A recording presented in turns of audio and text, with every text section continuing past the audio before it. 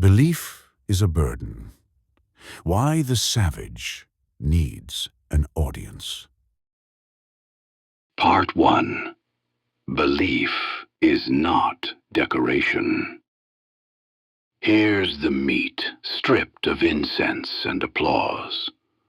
Personal belief loses power when it's broadcast, not because speech is weak, because belief is load-bearing, not decorative. The moment you externalize it for an audience, it stops being internal structure and becomes a social object. Social objects invite negotiation, validation, attack, imitation, dilution. None of those strengthen belief. They weaken it. Part 2. Belief without witnesses. A belief held internally must withstand silence. It must function without witnesses. It must survive doubt, boredom, loneliness, inconvenience. That kind of belief is forged under pressure, not applause. It changes behavior when no one is watching. That's how you know it's real. If your belief requires response to remain stable, it is not belief. It is dependency. Part 3. The broadcast problem. Broadcast belief does something subtle. It offloads accountability. Once spoken publicly, belief becomes part performance, part identity signal. The ego begins protecting the image of belief rather than submitting to its demands. You start defending positions instead of living consequences. The belief hardens outward and hollows inward. You talk about discipline. You talk about sovereignty. You talk about code. But your posture doesn't change. Your tolerances don't change. Your standards don't change. That is leakage. Noise replacing weight. Part 4. Premature testing. There is a more brutal truth. Declared belief invites premature testing. You announce a code before you have paid its full cost.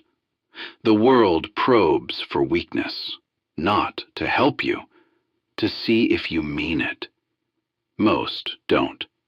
So they compensate, they clarify, they explain, they repeat themselves louder. That is not conviction. That is instability under scrutiny. If your belief fractures under social friction, it was not load-bearing. It was decorative. Part 5.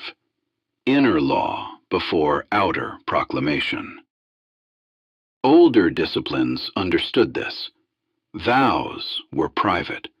Oaths were witnessed only when binding action was imminent. Not because secrecy is romantic, because belief matures in darkness. Like muscle, like bone, like teeth. You don't announce strength before you build it. You don't declare law before you enforce it internally. Incubation is not cowardice. It is structural development. Part 6. Behavior is proof. Keeping belief internal does not make you passive. It makes you difficult to predict. People cannot anticipate you by your slogans. They can only measure you by your behavior. And behavior, unlike words, cannot lie for long. If you claim discipline and quit under boredom, the lie reveals itself. If you claim sovereignty and collapse under rejection, the lie reveals itself. Belief that survives silence expresses itself without announcement. You don't need to explain it. It is visible in repetition. Part 7.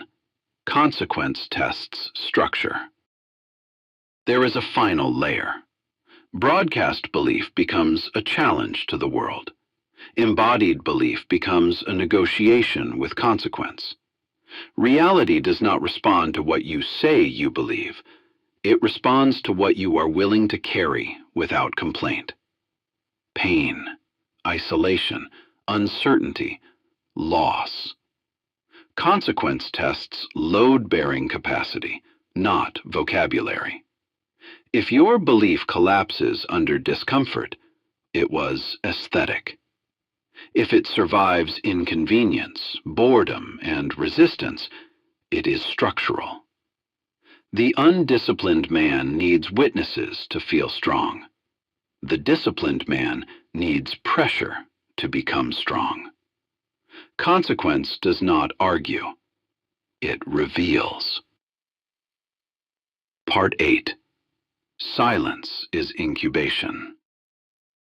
So you keep belief inside until it changes your posture, your pace, your tolerances, your standards. When it leaks out naturally through action, it no longer needs defending. Silence is not fear. It is incubation. Incubation produces weight. Weight does not argue. It holds.